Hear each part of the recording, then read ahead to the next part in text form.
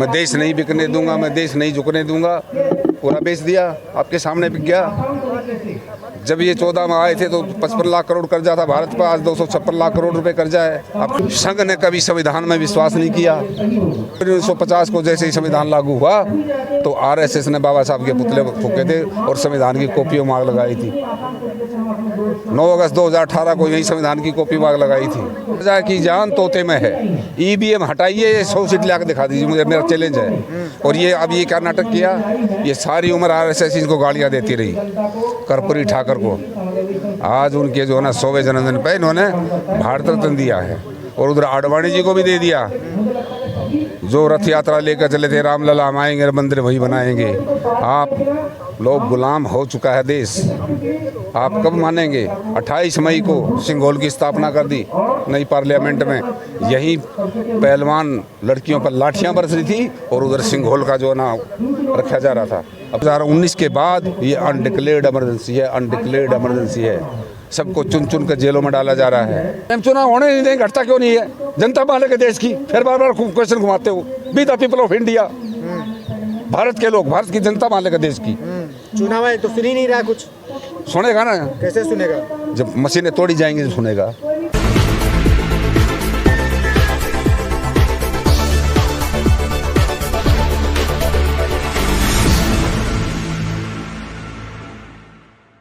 EVM हटाइए, देश का लोकतंत्र बचाइए, बीच में कोई ऑप्शन नहीं है। और इसके लिए पूरे देश में बहुत आंदोलन हो रहे हैं। महमूद प्राचा, भानु प्रताप, ये सुप्रीम कोर्ट के वकील, इन्होंने मिशन सेव कॉन्स्टिट्यूशन नाम से संस्था का गठन किया है और पूरे देश में घूम घूम करके लोगों को ये तैयार कर रहे हैं कि ईवीएम हटाइए, लोकतंत्र बचाइए।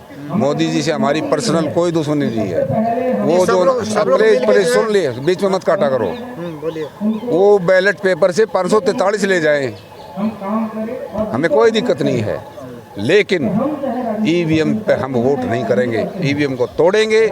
वामन मेश्राम साहब ने यहाँ देख लिया था 31 तारीख को कितना लाखों लोग थे यहाँ। मोर्चे तैयार कर लिए हैं पूरे स्टेट वाइज। ईवीएम पर चुनाव नहीं होने देंगे, किसी कीमत पर नहीं होने देंगे। ये सरकार अपनी जिद छोड़े, सब कुछ को गुलाम बना लिया है। सारी संवैधानिक संस्थाओं पर आरएसएस ने कब्जा कर लिया है। उधर ही तू बैठी 135 दिन से लगातार 165 दिन आज लाठी चार्ज किया, परसों सारे पत्रकार बंधुओं को भी पीटा है। बचा क्या है देश में? मैं देश नहीं बिकने दूंगा, मैं देश नहीं झुकने दूंगा। पूरा बेच दिया, आपके सामने बिक गया। जब ये 14 में आए थे तो 55 लाख करोड़ कर्जा था भारत पर, आज 256 लाख करोड़ रुपए कर्जा है। अब खड़े खड़े इस वक्त 1,30,000 के कर्जवान हैं विदेश के। बचा क्या है? और ये संघ ने कभी संविधान में विश्वास नहीं किया। आप डेट वाइज सुन लो मेरे से। 26 जनवरी 1950 को जैसे ही संविधान लागू हुआ तो आरएसएस ने बाबा साहब के पुतले फूके थे और संविधान की कॉपियों मांग लगाई थी। 9 अगस्त 2018 को यही संविधान की कॉपी मांग लगाई थी।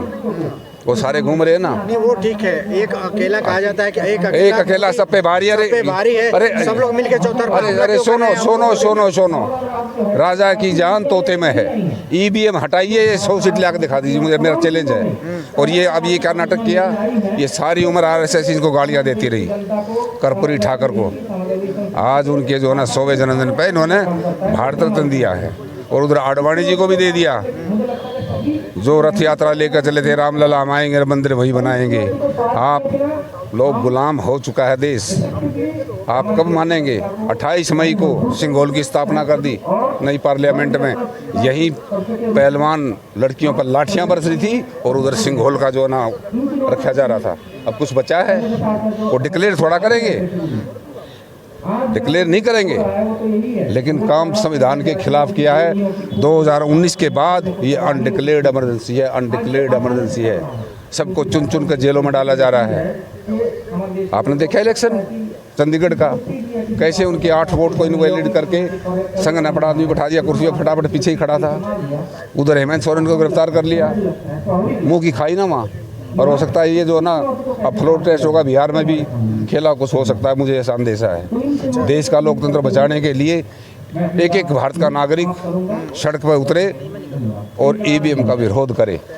बस ईमानदारी का इलेक्शन हो, कोई जीते, लेकिन इलेक्शन पे जो ना अब लोकतंत्र पर डाका नहीं डालने देगी जनता, खड़ी होगी है। उधर उधर किसान जो है दिल्ली में प्रवेश कर रहे हैं, उनके बारे में क्या ख्याल है? किसानों की आय दोगुनी कर दी बहनों भाइयों, 2022 तक किसानों की आय दोगुनी कर दूंगा, ये मेरा वादा है, गारंटी है। 2022 तक सबको घर में नल में जल, हो गया पूरा वादा।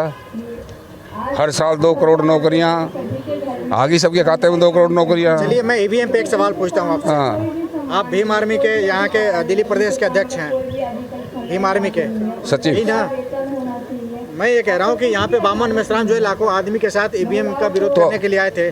सुन लीजिए। हाँ। इसमें भीम आर्मी का क्या स्टैंड है? आने वाले टाइम में क्या स्टैंड लेने वाली है भीम आर्मी? अरे भैया, उसमें उस प्रोग्राम में आधी तो भीम आर्मी थी, हमारा पूरा सपोर्ट है। अच्छा। ईवीएम के मुद्दे पे हम सब एक हैं। ईवीएम के मुद्दे पे mission save constitution, Waman Meshram, भाई चंद्रशेखर, पूरी भीम आर्मी, आज़ाद समाज पार्टी ईवीएम के खिलाफ हर प्रदेश में अपना सड़कों पर है। ईवीएम नहीं हटता है तो क्या 2 अप्रैल की तरह आप लोग देश का चक्का जाम करने वाले हैं? अरे हम चुनाव होने नहीं देंगे, घटता क्यों नहीं है? जनता मालिक है देश की, फिर बार क्वेश्चन घुमाते हो। Be the people of India, Bharat के लोग, भारत की जनता मालिक है देश की। चुनाव है तो सुन ही नहीं रहा कुछ। सुनेगा ना, कैसे सुनेगा? जब मशीनें तोड़ी जाएंगी तो सुनेगा। दबाव में है ना चुनाव आयोग। 45,000 वैन निकाल रखी है, देश में घुमा रहे हैं, लोगों को ये दिखा रहे हैं कि देखो हमारी मशीनें ठीक हैं। आज से पहले घुमाई थी कभी? दबाव में है चुनाव आयोग। जो मेन विपक्षी पार्टियां हैं वो क्यों नहीं सामने आ रही? सब आएंगी, समय है, अब सब आ जाएंगे। इंडिया गठबंधन से भी गुजारिश है, खुल के ईवीएम का विरोध कीजिए, नहीं तो आप कितनी बार जोड़ो ना यात्रा करते रहो, आपका कुछ नहीं होना। एक सवाल आपसे है कि 19 लाख ईवीएम जब देश से गायब हो जाती है, चुनाव आयोग के कान पे जू नहीं रखता, प्रधानमंत्री को कोई फर्क नहीं पड़ता है। अभी एक ईवीएम जो है महाराष्ट्र में गायब हो गई है, चुनाव आयोग की रात की नींद हराम हो गई है, तो क्या कहना चाहते हैं? ये 19 या 20 लाख मान्यवर मशीन गायब है, बॉम्बे हाई कोर्ट में केस पेंडिंग है। फिर घूम फिर के वही बात आ जाती है कि पूरी हाई कोर्ट क्या, सुप्रीम कोर्ट क्या, पूरा कॉन्स्टिट्यूशनल जो बॉडी है उसके ऊपर इस वक्त आरएसएस का कब्जा हो चुका है। और ये सरकार इस पार्लियामेंट से ना चल के नागपुर से चलती है। ये मोहन भागवत के प्रति जवाबदेही है हमारे माननीय मोदी जी की। ये नहीं सुनते और किसी की जिद्दी हैं, ठीक है, इन्होंने जो दिल में आया वैसे ही फेंक देते हैं। 8 नवंबर 2016 को नोट बंद, 50 दिन बाद दे दो बहनों भाइयों, फिर बता देना चुराया। अब वो 2000 का नोट जब चलाया वो सही था या अब बंद किया, या दोनों फैसले तो सही नहीं हो सकते। कहाँ से आप जो ना जवाब लोगे? नौकरियां ख़त्म, अग्निवीर, अखबार टीवी पे कब्जा, जहाँ देखो वही मोदी जी। 140 करोड़ लोगों की कोई वैल्यू नहीं, एक अकेला सब पे भारी। इस देश का लोकतंत्र बचाइए, सबकी ड्यूटी है, हमारी अकेलों की ड्यूटी नहीं है, सारे पत्रकारों की भी ड्यूटी है। लोकतंत्र बचाइए। और सुन लो, ये तारीख सारी कहाँ से तय होती है? नागपुर से। 6 दिसंबर 1992 को बाबरी मस्जिद क्यों तोड़ी? पता है आपको? मैं बताऊंगा ना। एक दिन आगे भी तोड़ लेते, पीछे भी तोड़ लेते। 6 दिसंबर को बाबा साहब का महापरिनिर्वाण दिवस होता है। इस संघ को जो है आरएसएस को बाबा साहब की विचारधारा और संविधान से दुश्मनी है, इसलिए तारीख सुनते हैं। ये 28 मई सिंगोल रखने की तारीख क्यों चोरी? बताओ, आप तो बड़े पढ़े लिखे पत्रकार हैं, पता है आपको? कि नहीं, बहुत बढ़िया बात बता रहे, बताइए। 28 मई को जब नई संसद का उद्घाटन हुआ, वो सावरकर की 140वीं जयंती थी। ऐसे डेट चुनते हैं, ये नागपुर से होती है डेट फिक्स। अच्छा। और अभी ये 22 जनवरी को रामलला में प्राण प्रतिष्ठा क्यों की?